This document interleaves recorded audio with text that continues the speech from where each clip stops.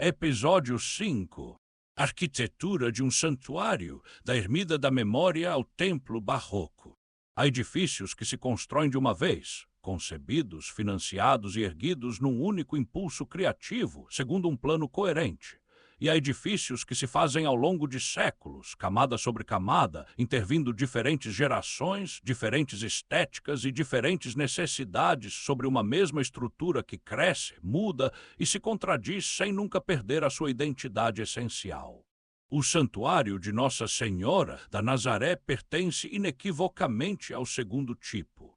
É um edifício de sedimentação lenta, um palimpsesto construtivo em que cada intervenção deixou a sua marca sobre as anteriores, criando um conjunto que desafia qualquer análise de estilo, mas que é, precisamente por isso, um dos mais ricos testemunhos do desenvolvimento da arquitetura religiosa portuguesa ao longo de 6 séculos. Este episódio percorre a história construtiva do complexo santuário, da ermida da memória ao templo barroco, identificando os agentes históricos de cada intervenção, as escolhas arquitetônicas que fizeram e o sentido que essas escolhas têm no contexto da história da arte e da devoção mariana portuguesa. A ermida da memória, a construção mais antiga. A Ermida da Memória é o edifício mais antigo do complexo e o que mais diretamente remete para o episódio fundacional do culto nazareno. Localizada no extremo nordeste do promontório, imediatamente sobre a falésia, ergue-se no ponto exato onde a tradição situa o Bico do Milagre e a gruta primitiva de Frei Romano. Esta localização não é apenas simbólica, é topograficamente determinante. O edifício está literalmente construído sobre o limite da terra, suspenso sobre o oceano que se estende abaixo. Do ponto de vista tipológico, a Ermida da Memória pertence à categoria das ermidas balcão ou ermidas de promontório, um tipo arquitetônico que combina função devocional com função de miradouro, transformando a contemplação do mar numa experiência simultaneamente estética e espiritual. Este tipo é bem documentado na arquitetura religiosa medieval do litoral português, onde a presença do oceano não é um mero cenário, mas um elemento constitutivo da experiência sagrada. A estrutura que hoje visitamos resulta de múltiplas fases construtivas. A tradição atribui a fundação a D. Fuas Roupinho em 1182 como ato de gratidão pelo milagre. Arquitetonicamente, esta fundação corresponde presumivelmente a uma estrutura muito simples e uma cobertura sobre a lapa, talvez um pequeno abrigo aberto. O elemento que define a forma atual da ermida é a sua planta quadrangular com 4 arcos, que a tradição associa à construção de 1182, mas que provavelmente data de uma fase posterior, possivelmente já do século XIV ou XV. Em 1370, é o rei D. Fernando mandou fechar os 4 arcos originais para proteger o interior da maresia e das intempéries atlânticas. Esta intervenção, aparentemente apenas técnica, é na verdade uma transformação semântica profunda. O espaço aberto e permeável ao cosmos tornou-se espaço fechado e interiorizado. O edifício deixou de ser um baldaquino sobre a gruta sagrada e tornou-se uma gruta construída que imita e prolonga a gruta natural do subsolo. O fechamento dos arcos é a primeira grande decisão arquitetônica documentada sobre o conjunto, e é uma decisão que condensa a transição do sagrado ao ar livre para o sagrado interiorizado, uma transição que aconteceu em muitos santuários medievais europeus entre os séculos XII e XIV. O programa exterior da ermida. A fachada atual da Ermida da Memória resulta de intervenções seiscentistas que acrescentaram ao corpo gótico tardio elementos de vocabulário maneirista. Destaca-se o baixo relevo em pedra calcária sobre a entrada, hoje uma réplica, estando o original no Museu Reitor Luiz Nesi, datável do século XIV e considerado uma das primeiras representações plásticas da narrativa fundacional do santuário.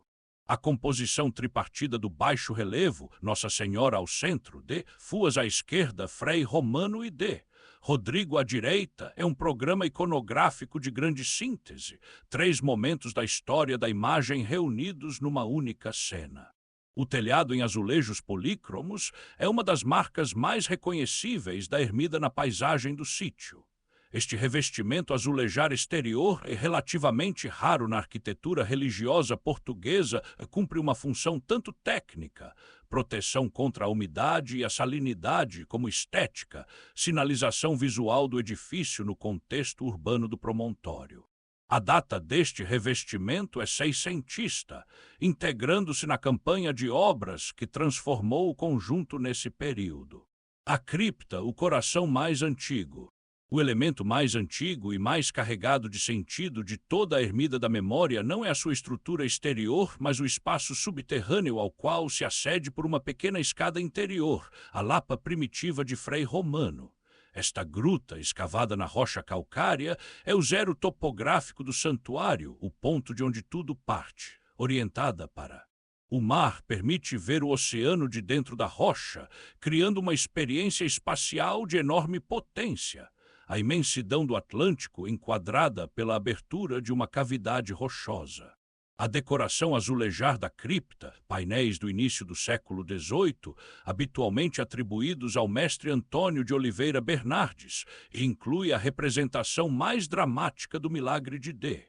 Fuas que o santuário conserva, colocada exatamente no espaço onde a tradição diz que a imagem estava depositada quando o cavaleiro a invocou. A distância entre o lugar da imagem e o lugar do milagre, separados por poucos metros de rocha, é visualmente abolida pela iconografia. Dentro da gruta, o interior e o exterior, a imagem e o precipício encontram-se numa única narrativa visual. Da ermida ao santuário, a intervenção de D. Fernando I, 1377. O crescimento do culto a Nossa Senhora da Nazaré ao longo do século XIV, documentado pela multiplicação das referências a peregrinações e pela construção de uma rede de confraternidades de sírios em diversas regiões do país, tornou necessária a construção de um espaço de culto de maiores dimensões. Foi D. Fernando I que tomou esta iniciativa, mandando construir, em 1377, o primeiro santuário propriamente dito, um edifício de maior capacidade, pensado para receber os fluxos crescentes de peregrinos. A decisão de D. Fernando é documentada pelas crônicas e confirmada pela transferência solene da imagem para o novo espaço, realizada a 5 de agosto de 1377, data que coincide com a festa da dedicação de Santa Maria Maior em Roma, conhecida popularmente como a Nossa Senhora das Neves, uma das festas marianas mais importantes do calendário litúrgico medieval. Esta escolha de data não é acidental. A trasladação da imagem para o novo santuário foi concebida como um ato litúrgico de grande solenidade, inserido no ciclo festivo da devoção mariana. Da estrutura construída por D. Fernando I não restam elementos claramente identificáveis no conjunto atual.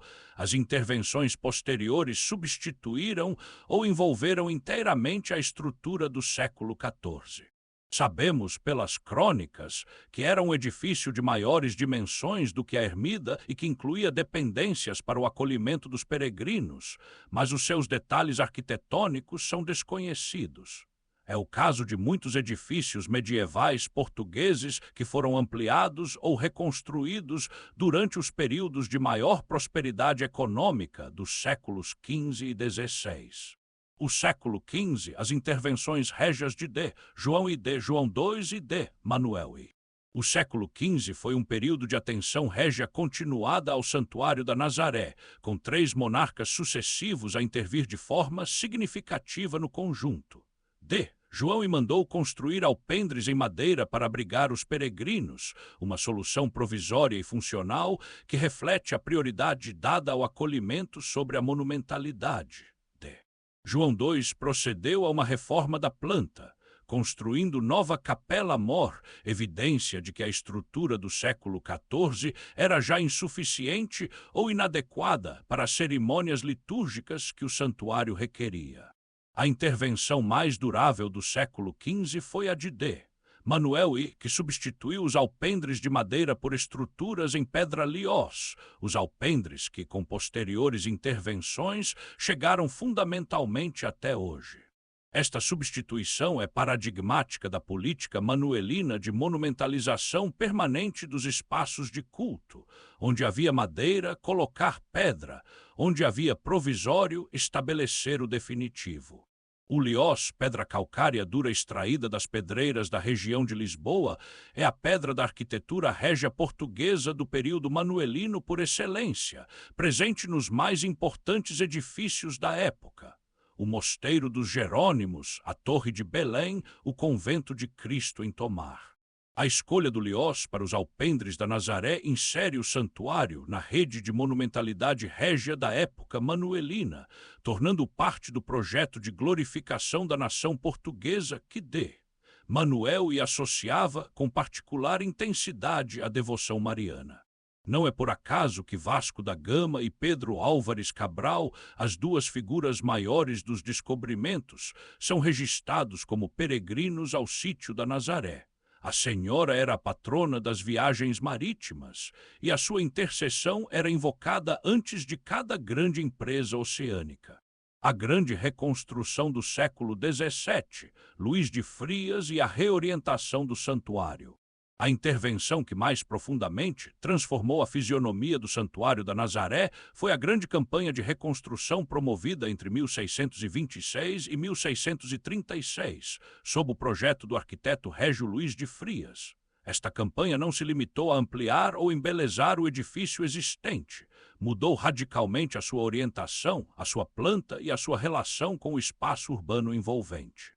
A mais significativa das decisões desta campanha foi a reorientação da nave para a nascente, a orientação litúrgica canônica nas igrejas cristãs desde a Alta Idade Média. Nas tradições cristãs antigas, a orientação da igreja para o Oriente é um gesto cosmológico. O altar é. O sacerdote que ele preside fica voltado para o sol nascente, que é símbolo de Cristo ressuscitado, o sol da justiça anunciado pelo profeta Malaquias. Rezar voltado para o Oriente é rezar voltado para a luz que vem do horizonte, para a promessa de uma aurora. Esta reorientação implicou uma intervenção estrutural de enorme envergadura.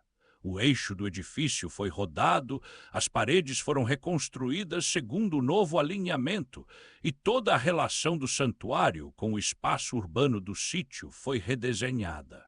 A fachada principal passou a dar para o largo que hoje conhecemos, criando a composição de grande largo, alpendre, fachada, que permanece como o enquadramento mais emblemático do santuário.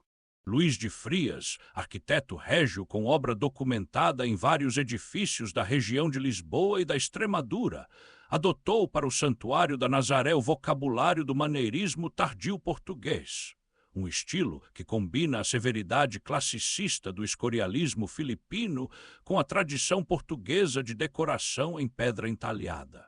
A fachada do santuário, tal como resulta desta campanha, é um exemplo notável deste estilo. Composição tripartida entre duas torres sineiras, portal encimado por elementos decorativos em pedra, rigor das proporções classicistas com parcimônia decorativa. O final do século XVII, transepto, cúpula e consolidação da cruz latina. A campanha do final do século XVII, financiada pelo bispo de Leiria e realizada sob a direção dos arquitetos Antônio Rodrigues de Carvalho e do escultor Manuel Garcia, completou a transformação do Santuário da Nazaré num templo de planta em cruz latina com sacristia axial. A construção do transepto foi a grande novidade desta fase. Os dois braços que prolongam lateralmente a nave criaram a forma de cruz que o edifício mantém até hoje, conferindo-lhe tanto a planta simbólica do corpo crístico como as condições espaciais para a colocação dos grandes painéis de azulejos holandeses que seriam encomendados poucos anos depois. A cúpula que cobre o cruzeiro, o ponto de intersecção da nave com o transepto, é o elemento arquitetônico de maior expressão volumétrica do conjunto, criando a única ruptura na horizontalidade do corpo do edifício. A cúpula, com o seu tambor octogonal e o lanternim zenital, é visível de grande distância no promontório, funcionando como sinal arquitetônico da localização do espaço sagrado no tecido urbano do sítio. Do interior, a cúpula cria um espaço de verticalidade e de elevação que prepara o visitante para a experiência do altar-mor, como se a arquitetura fosse antecipando por graus a intensidade do encontro com o sagrado. A sacristia e os seus corredores de acesso foram concebidos nesta mesma campanha como extensão axial do templo para Oriente, uma solução tipológica característica das igrejas da Contra-Reforma portuguesa, que privilegiavam a continuidade entre o espaço litúrgico público e o espaço de preparação privada do sacerdote. Os corredores que ligam o cruzeiro à sacristia são, como veremos no próximo episódio, o suporte de um dos programas azulejares mais ricos e mais rigorosamente documentados de toda a azulejaria portuguesa. O século XVIII, intervenções de Itália e a estabilização do conjunto. O século XVIII foi, para o Santuário da Nazaré, o período de consolidação e de refinamento decorativo. A estrutura arquitetônica estava essencialmente definida. O que faltava era completar o programa decorativo interior com as obras de talha, azulejaria e pintura que lhe dariam a aparência que hoje conhecemos. Em 1756, o mestre entalhador Paulo de Almeida, natural do sítio da Nazaré, executou os 4 altares laterais da nave, dedicados a São Francisco de Borja, São Joaquim, Santo Antônio e Santa Ana. Estes altares, de talha dourada de estilo nacional, são obras de grande qualidade técnica e de exuberância decorativa controlada. A estrutura arquitetônica é rigorosa, a decoração é rica, mas não caótica, e o tratamento do douramento e da policromia revela mestria no uso dos materiais tradicionais da talha portuguesa. Em 1778, o mesmo Paulo de Almeida realizou o trono da Virgem de Nazaré tal como hoje o conhecemos. O trono é o elemento mais importante de todo o programa decorativo da Capela Mor. É o lugar onde a imagem é exposta à veneração dos fiéis, o ponto focal de toda a axialidade do edifício e o destino de todo o percurso devocional do peregrino. A sua realização por um artista natural da própria Nazaré, um filho da comunidade que venerava a Senhora, tem um significado simbólico que os documentos da época não deixam de registrar. No conjunto, o Santuário de Nossa Senhora da Nazaré que hoje visitamos é o produto de uma história construtiva que se estende por mais de 6 séculos. Cada elemento, a ermida primitiva sobre a Lapa, os alpendres em liós manuelinos, a fachada maneirista de Luís de Frias, o transepto do final do seiscentismo, os altares de Paulo de Almeida, carrega a marca do seu tempo e das decisões dos seus autores. Ler o edifício é ler Sei Sé. Culos de história da arte e da devoção mariana portuguesa, uma leitura que nenhum texto pode substituir, mas que um texto rigoroso pode tornar mais profunda e mais consciente.